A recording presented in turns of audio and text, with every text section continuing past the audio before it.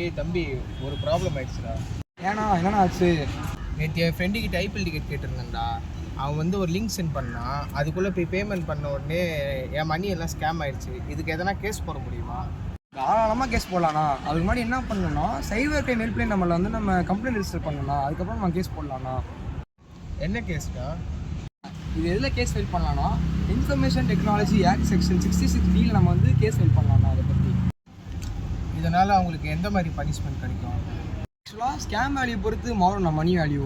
இப்போ நம்ம வந்து இந்த செக்ஷனில் நம்ம வந்து கேஸ் ஃபைல் பண்ணியிருக்கோம்ல, இதில் என்ன ஆகும்னா நம்ம 1 lakh rupees வரைக்குமே காம்பன்சேட் வாங்கலாம். அது மட்டும் இல்லாமல் 3 years வரைக்குமே அவங்களுக்கு இம்ப்ரூவ்மெண்ட் கொடுக்கலாம்ண்ணா. இப்போ சப்போஸ் ஸ்கேம் வேல்யூ வந்து அதிகமாக இருந்துச்சு, ஸ்கேம் பண்ணி நம்ம மணி வேல்யூ அதிகமாக அவங்க ஸ்கேம் பண்ணிட்டாங்கன்னு வைங்களேன், இன்னும் 2-3 செக்ஷன்ஸில் வந்து நம்ம கேஸ் ஃபைல் பண்ணலாம்ண்ணா. இப்போ நீ சொல்லி தான்டா எனக்கு இதெல்லாம் தெரியுது. இன்னும் தெரிஞ்சுக்கோங்க, சப்போஸ் உங்களை ஸ்கேம் பண்ணியிருந்தாங்கன்னா அதெல்லாமே கேஸ் ஃபைல் பண்ணுங்கள். நீங்கள் இப்போ கேஸ் ஃபைல் பண்ணால் தான் ஸ்கேம் கம்மியாகும். கேஸ் ஃபைல் பண்ணாமல் இருந்தால் உங்களை மாதிரி 4 பேர் ஏமாந்துட்டு இருக்க தான் போகிறாங்க. ஆனால் கேஸ் ஃபைல் பண்ணுங்கள் முடிஞ்ச வரைக்கும்.